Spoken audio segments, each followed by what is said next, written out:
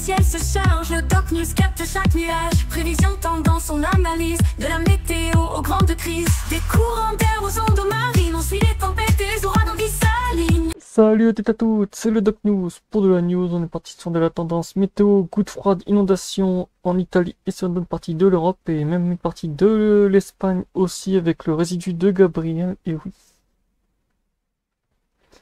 Encore une semaine qui va être très active niveau flotte, sur une bonne partie de la France et de l'Europe aussi, autant vous dire, il y aurait de quoi faire. Il va encore y avoir de l'animation. Là actuellement on va voir le résidu de Gabriel qui va mourir, après il va rester un petit peu des... Ah ouais, mais dis donc, du côté de Valenciennes il va beaucoup pleuvoir.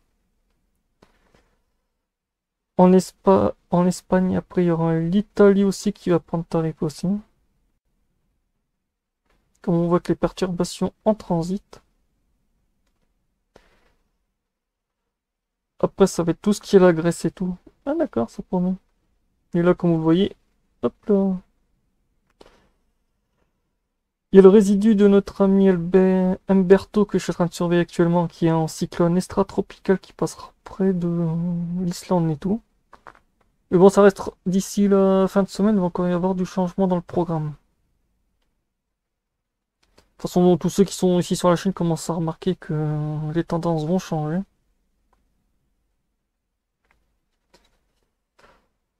Ah bah en fait, ouais, ça va être carrément la Grèce, une partie d'Italie, mais il y aura plus d'inondations dans la mer. Après, ça sera du côté de la Scandinavie, une partie de l'Angleterre.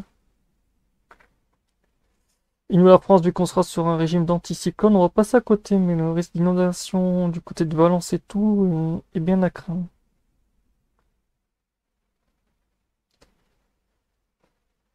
Température de mètre, ben on va encore se taper des gelées et de la chaleur par-ci par-là, pour pas changer.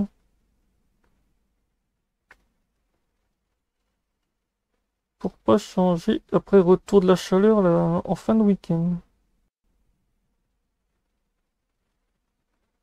En Espagne et tout, ça promet. Début de semaine, on sera encore sur un résidu de flux arctique avec de la masse d'air chaud. Après, en fin de semaine, les masses d'air à 800 hectopascales ont commencé à remonter avec le passage de l'ancien cyclone en version post-tropicale. Oh, bon, on sera pas en manque. Il y a encore remonté de la masse d'air chaud.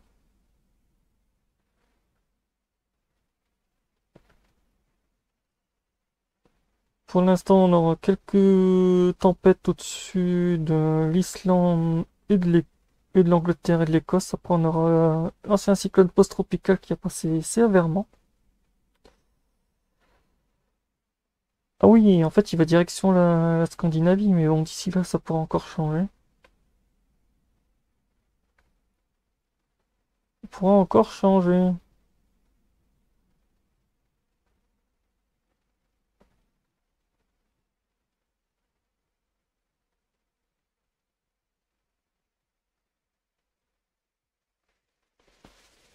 Ah, cette semaine promet d'être assez très actif.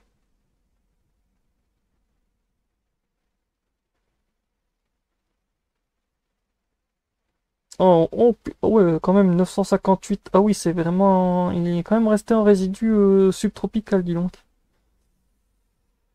Ah, lui, il va faire mal. Son début de la semaine, flux anticyclonique, milieu de la semaine, ben, fin de semaine, l'arrivée des flux perturbateurs, et en plus on voit bien le cyclone. Ah, j'ai même plus son nom qu'on le voit bien ici. Qui va faire une transit de flux avec l'anticyclone, c'est bien, c'est qu'il va peut-être le faire jarter. Après pour cette semaine, on est encore sur la salade de flux, on est sur du régime de full blocage, on est sur de la NOA-, de la... Ouais, NOA+, NOA-. Le sub-régional Forest Kent. Après, niveau température, on sera sur du très froid. Pas changer.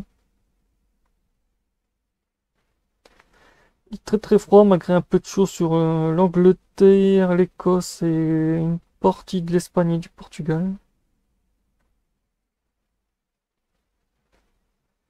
Et régime Forest Card, on est sur entre de la NOA+, et de la BL+, dont on veut dire, il le verrait plus en BL+, donc gros, beaucoup de pluie. Un gros blocage anticyclonique, donc voilà. Je rentrerai plus en détail mercredi en live, donc voilà, n'hésitez pas à venir mercredi en live comme tous les mercredis. On se retrouve pour les analyses, les tendances et j'en passe. Portez-vous bien, tchuss.